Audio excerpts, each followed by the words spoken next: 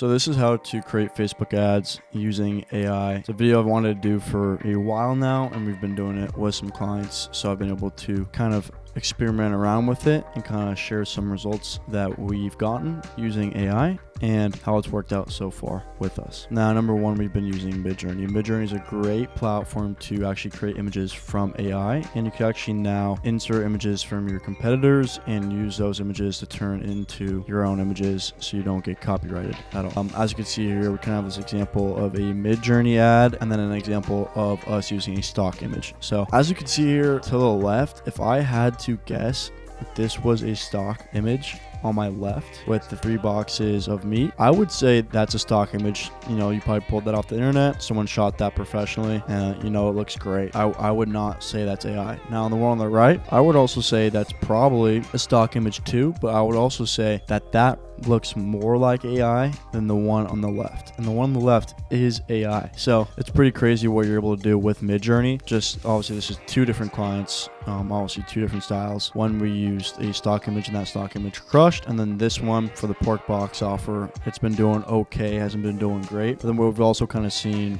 with obviously just marketing for a beef brand is that you want to really show the desire of actually eating the beef, actually cooking the beef, really enjoying it, really savoring the taste, because when anybody sees raw beef, it doesn't really turn them on as much as when they see someone cooking some beef, for example. So that's probably why our steak burger box, the one on the right here, performed really well versus, you know, the pork box offer that performed okay. It didn't perform great, you know, it had a good CPA, just poor spend behind it, probably because people just didn't like looking at raw meat. Now on video.io, also a great platform, just not as good as we would like it to be. Maybe it's a great platform for someone who's on a low budget, wants to use AI for a very common product like a supplement or something else in that nature, and it can make a really good video based off of that because it can pull data and other videos off the internet and then also compress that into a video, and then you can also publish that and see how well it does. Honestly, I've never used video.io for any of our advertisement because we have a professional editor, so we've never really tried it. I've messed around with it, I've just never tried it for actual advertising. Now I just tried it just a minute ago to see if it was good or not. You could see it yourself. If you want to download this PDF,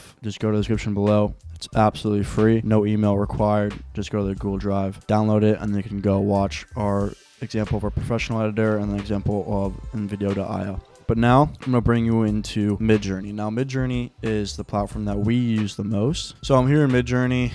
Obviously, you can see you have newbies 93, newbies 63, newbies 33, and newbies 3. Doesn't really matter which one you kind of go into. I'm just going to do imagine, which is right here, and I can now choose my prompt. So let's say my prompt is picture of a mushroom gummy that is on a kitchen counter with the bottle on its side pouring out other mushroom gummies inside. Nice modern kitchen. And I could do a camera if I want, so Sony Alpha A7 III, and I could also do hyper realistic. I can now enter in that. So as this is kind of loading here, as you can see, maybe we can find some good images of people that are not trying to generate AI people. Obviously they do generate AI people. It's not bad right now. It's actually really good. I just wouldn't use it because people can definitely tell that this is an AI generated girl. It just looks a little too fake. Not even fake in a way, but just almost too hyper realistic. Let's see what it does for these mushroom gummies. So this is okay. As you can see, it kind of used the actual mushrooms and not like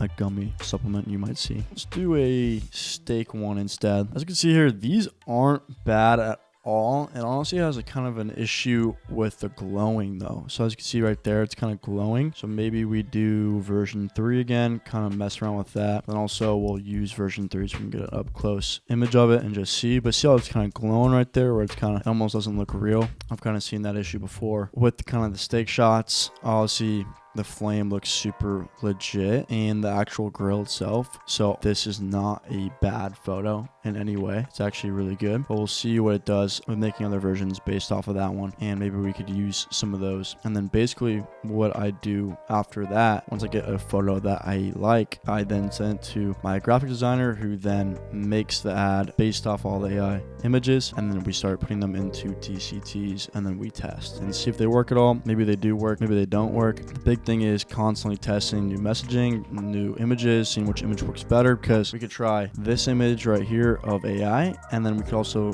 test a stock image or an image that they have and see which one works better, because the AI one might perform better. So then now we know, hey, the AI photos are now performing better, so we're only going to stick to those photos rather than the stock ones that we have. So just kind of finish the variations right here. So you can see maybe this one looks a little like more legit. This one, not really. This one might look legit. The Saw, maybe. I think version 2 and 3 probably work best, so I'll use version 2 and 3. Obviously, guys, Midjourney's paid for, so it's $10 a month. But once I get these images, as you can see, they're nice quality, really good quality. But if I download it, it will come out as like 600 by 600. I want to upscale it so I can then get a bigger image. And then once it's done upscaling, I will then download it and send it to the graphics designer. And then he will turn that into a ad. So I actually have a full batch of meat shots that I already grabbed from Midjourney. As you can see right here, I already have them in a folder. So, you know, this looks pretty legit. I'm not going to lie. I don't know what's on top right there. I'm not a cook, but looks pretty legit. You know, these look legit. This actually looks legit. It looks like it could be taken off an iPhone. This looks legit. I did try it with a